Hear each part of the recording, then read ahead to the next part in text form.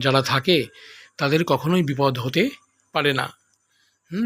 নিরপরাধ চিত্রে ভগবান রাধাকৃষ্ণ, ভগবান রাধাকৃষ্ণের আরাধনা যারা করেন, জগন্নাথ দেবের আরাধনা যারা করেন, নৃসিংহদেবের আরাধনা করেন, তাদের কখনো বিপদ হতে পারে না। সাময়িকভাবে বিপদ বলে মনে হলেও ভগবান তাকে সবসময় রক্ষা করে থাকেন।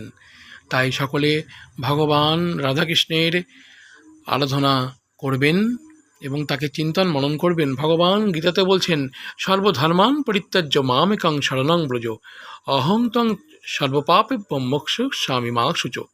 তুমি সর্বধর্ম পরিত্যাগ করে তুমি আমাতেই শরণাগত হও। ঠিক আছে? কৃষ্ণস্তু ভগবান স্বয়ং, একমাত্র ভগবান। ভগ কথার অর্থ হলো ঐশ্বর্য, আর বান কথার অর্থ হলো পরিপূর্ণ। যিনি ঐশ্বর্য, বীর্য, যশ, শ্রী, জ্ঞান, বৈরাগ্য, এই ছখানা যে ঐশ্বর্য তার সম্পূর্ণরূপে মালিক, তিনি হলেন ভগবান শ্রীকৃষ্ণ। 64 কলা বিশিষ্ট, 64টি গুণ ভগবানের অনন্ত পরিমাণে রয়েছে। ঠিক আছে? তো এই 64টি গুণ ভগবান শ্রীকৃষ্ণের মধ্যে রয়েছে। অন্য কোনো দেবদেবতা বা অন্য কারোর মধ্যে এই 64টি গুণ নেই। তার মধ্যে প্রেম মাধুরী, লীলা মাধুরী, বেণু মাধুরী আর রূপ মাধুরী, এই 4টে যে গুণ সেটা এক্সট্রা অর্ডিনারি। এই যে এক্সট্রা অর্ডিনারি গুণ, এটি আর কারো নেই, একমাত্র ভগবান শ্রীকৃষ্ণের রয়েছে। তাই তো সবাই বলে থাকে যে যেজন কৃষ্ণ ভজে সে বড় চতুর।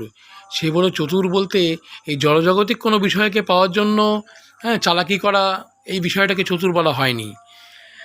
চতুর বলা হয়েছে এই জন্যই যে তারা নানা রকম দেব দেবী বা নানা রকম ভজন সাধন না করে একমাত্র এটাই জানে যে মূলে সিঞ্চিলে জল, শাখা পল্লবের বল। গাছের মূলে যদি জল দেওয়া হয় তাহলে গাছটি সুন্দর হয়ে ওঠে, জীবিত থাকে, ভালো থাকে এবং ফল প্রদান করে। ঠিক আছে? তাই জন্য মূল হচ্ছে শ্রীকৃষ্ণ।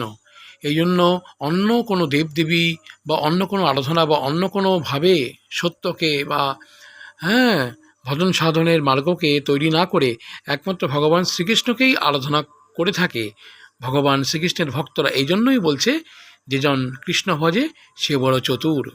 তাই সকলে ভালো থাকবেন, সদ্গুরুর আনুগত্যে নিজের জীবনকে চালিত করবেন, এবং ভগবান রাধাকৃষ্ণের স্মরণ মননের মধ্যে দিয়ে জীবন কাটাবেন, তাহলেই জীবন সুন্দর হয়ে উঠবে। হরে কৃষ্ণ কৃষ্ণ কৃষ্ণ হরে হরে, হরে রাম রাম রাম হরে হরে।